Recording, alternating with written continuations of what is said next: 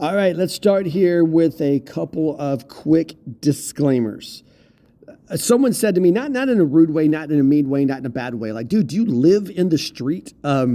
Because there are often times when I'm recording here in the Sooner Nation studio, you hear street noise.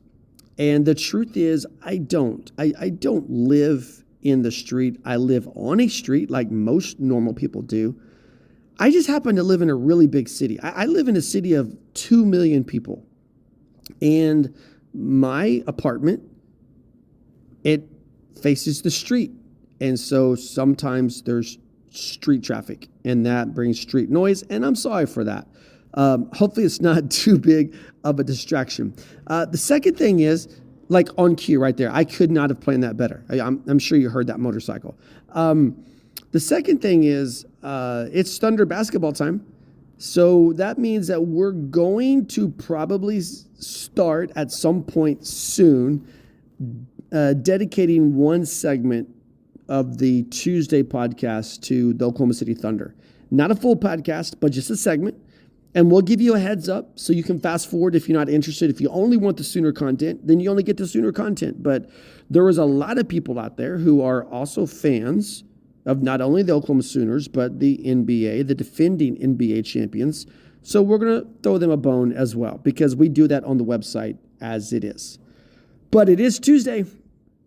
It's Tuesday, and that means we are here for your overreactions. We're here for course corrections, and we're here for good old-fashioned arguments. That is the SEC power rankings. Now, you can see the collective power rankings on our website, heartland-sports.com. There are three of us, Craig, Caleb, myself, that jump in there, and we give you a consensus ranking. But I want to tell you about mine. These are Matt's rankings. And week 9 is come and gone, and some things stayed the same on my ballot. Some things changed. Like, for example, staying the same, Texas A&M, Alabama, they're neck and neck at the top. And there's been plenty of movement elsewhere. Let me tell you that this week's rankings stirred up a few conversations behind the scenes. I've already received some messages on social media. We've got teams that are rising. We've got teams that are holding on for life. We've got a coaching change that probably deserves more attention than the score that was on the field on Saturday. But let me just, before we dive into all of it, here's the thing. If you look at our consensus rankings at the website, it's based on a 3-voter system. Each of us ranks all 16 teams from top to bottom. And then there's like a point assigned to each one of them. For example, 16 points for first place, 15 for second, and so on. We total them up, and that gives us our composite rankings each week. And you can go to Heartland Sports. If you're looking at that post, you can scroll down, and you can see all 3 of our individual ballots. And trust me, there are some big differences this week. There's big differences every week, and you want to see them, and a lot of people want to talk about them. But let's start at the top, because I think last week we started at 16 and worked our way to 1. We're going to start at 1 and work our way down. After a few weeks, going back and forth, for me, I've been telling you to look out for Alabama for a long time. And I put them at number 1 last week, and I've got them at number 1 again this week. Now, I would tell you on the consensus rankings, they're not number 1. But I have them ahead of Texas A&M. After, especially, the 37-20 win over Tennessee, that solidified it for me. And now, A&M, they didn't lose. But if we're being honest, they didn't look like the better team either. You got a 45-42 shootout win against Arkansas, who had, fired their coach.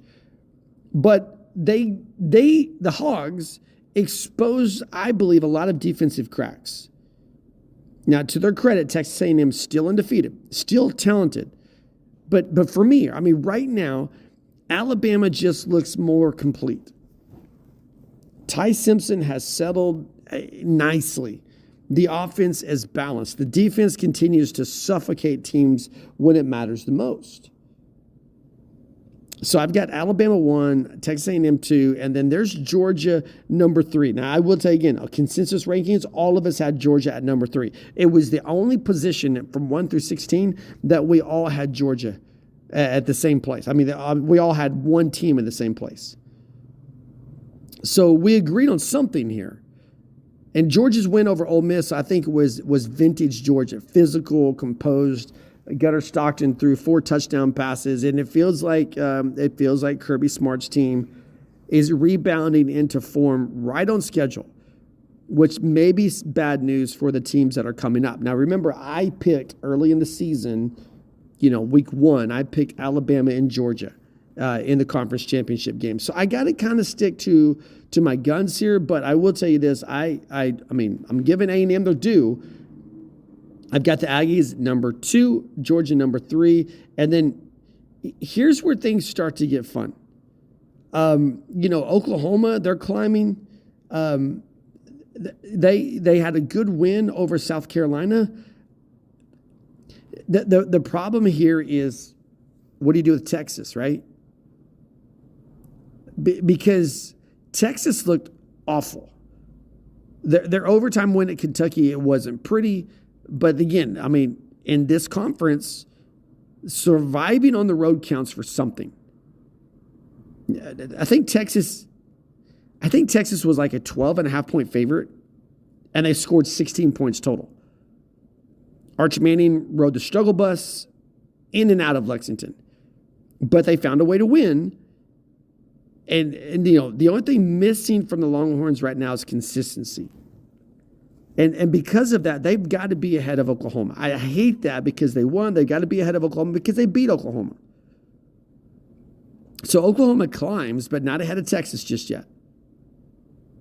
I've got Texas 4. I've got Oklahoma 5. And then, we're looking ahead. Ole Miss, there they are, number 6. They drop after their loss to Georgia. But I still feel like this is a dangerous team. Offensively, they are one of the best teams in the league. And if Oklahoma can handle that type of tempo, they can keep the running backs in check, keep the quarterbacks in check. They'll make a serious statement about being SEC contenders. And when you're looking at how do you get ahead of Texas when Texas beats you, this is how.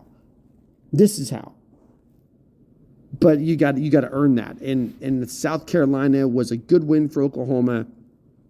Kentucky was a terrible win for Texas. But a week removed from that game, it's just not time. It's not time yet. You got to go to number 7. I think give a shout out to Vanderbilt, who's there. I've been slow coming with the Commodores, but I think it's the highest ranking I've had them all season. Pavia ran for 86 yards, 2 scores. They were favored over LSU. They looked like the better team than LSU. And I think they're a legitimate problem in this league. And I don't know that that's something that any of us really expected to say back in September. I thought that this was a team that peaked in 2024 and would take a step back in 2025. I think they're better than they were in 2024. And so now but now we get into the bottom third of the rankings, and I think there's some controversy here. You look at Florida. The fans, they're not happy. They're not happy with anything that's happened, right, on the football field this season. And I get it. They deserve to not be happy. So probably if you're a Gators fan and you looked at my rankings, you're not going to be happy. Because I've got Vanderbilt 7, LSU number 8, Missouri 9, Tennessee 10. And then when you get into 11 and on, I've got Mississippi State at 11, Florida 12. And guess what? Florida just beat Mississippi State. But you know what they did right after they beat Mississippi State? They fired their coach. So like you say, how in the world can we rank Mississippi State ahead of Florida when the Gators just beat them? That's a fair question. I'm not going to like make fun of you for asking that question. I will not berate you for asking that question. Here's the reasoning. Here's what I put into this. And you can tell me I'm wrong. You can tell me I'm crazy. And you know what? I may not even argue with you over it. When you look at power rankings, it's not just a single Saturday afternoon. I'm looking at the overall body of work. I'm looking at the direction of the program, and I'm looking at how each team looks right now. Mississippi State, even in defeat, has shown more week-to-week improvement than Florida. They've been in every game. Blake Shapen's quietly putting up big numbers, and the defense, while inconsistent, has found a little bit of rhythm. Meanwhile, Florida, they've been on a roller coaster. They finally get some traction by beating Texas. Then they lose, and then they beat Florida. They beat Florida. Then they beat Mississippi State. So yeah, they won in week 9. And they've won 2 of their last 3, including that big one over Texas. But the larger context matters here. And so does what's happening behind the scenes. And the Gators just fired Billy Napier. And that tells us everything we need to know about where that program is mentally. And let's be real. This wasn't a reaction to Saturday's game, because Saturday's game was a win. This was a decision that's been in motion for weeks. Everybody heard the rumors. Everybody knew about it. And when you fire a coach who just beat Texas and has won 2 of the last 3 coming off of a win against Mississippi State, when you fire him coming off of a win, that's not about one Saturday scoreboard. That's about the leadership deciding that the direction had already stalled. And what they were afraid of was Billy Napier was starting to gain traction, because this program was starting to gain traction. If Billy Napier is the head coach going into the bye week, Florida is ahead of Mississippi State. But Billy Napier is not the head coach going into the bye week. And you fired a coach who finally started getting momentum. And so Florida never really got its footing. They had moments, they had flashes of what could have been. But in this conference, flashes, they don't buy you time. And when you look around and you see first, second-year coaches turning programs around in places like, Norman, Nashville, College Station, it's clear that Florida didn't want to fall behind in the next recruiting cycle. So they fired him. They fired him going into the bye week. So yeah, Florida beat Mississippi State, but that doesn't necessarily mean they are the better team right now on the Tuesday after that game. You've got an interim staff taking over. You've got transition about to take over. And Mississippi State, they still look like a team starting to trend upward, even though they've had their own struggles. So where does that leave us? At the top, you got Alabama looking like Alabama. Texas A&M hanging on, but their defensive issues are worth watching moving forward. Georgia, steady. Texas still there. Oklahoma surging. Ole Miss, dangerous but flawed. Then Vanderbilt. They're the surprise story of the year. And, you go down lower below Florida, you got programs in survival mode. You got South Carolina, Arkansas, Kentucky. And we actually had on our consensus, we have 15 rankings because we don't have a 16th. And the reason why is because Arkansas and Kentucky have been so bad that we couldn't decide on who was the worst team in the conference. So we tied Arkansas and Kentucky at the very bottom. So in full disclosure, here it is, the full rankings. I've given you a bunch of word salad, but here's what I got. 1 is Alabama, 2 is Texas A&M, 3 is Georgia, 4 is Texas, 5 Oklahoma, 6 Ole Miss, 7 Vanderbilt, 8 LSU, 9 Missouri. Tennessee rounds out the top 10. Mississippi State at 11, Florida at 12, Auburn 13, Kentucky 14. I've got South Carolina at 15. And then Arkansas at 16, and I'm probably the reason why we can't figure out who the worst team is, because I threw South Carolina in that mix. So this week it felt like in the conference, it felt like a pivot in the season a little bit. You got some front runners that are starting to separate again. You got mid-tier teams that are scrapping to stay relevant, and for Florida, they're back to the drawing board. And again, I just, I probably don't do a well enough job at promoting the website here on the podcast, but I also don't want to over promote, but you could go to heartland-sports.com, and I would encourage you to go check out how all three of us rank the teams individually. You'll see where we agreed. You'll see where we're miles apart, and maybe you'll be the voice of reason that figures out which one of us still believes in the Missouri Tigers. So, SEC Power Rankings for going into Week 9. This is the part where I get to ask you to do the subscribe button, drop your comments. Every podcast has its own individual post on the website. You're also on YouTube. We're on Spotify. We're on Apple Podcast, iHeartRadio, TuneIn, wherever you catch us.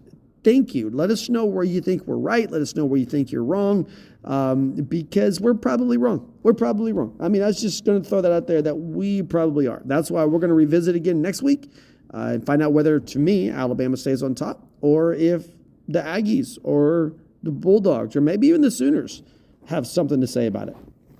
Let's start thinking about what is Oklahoma's offense capable of.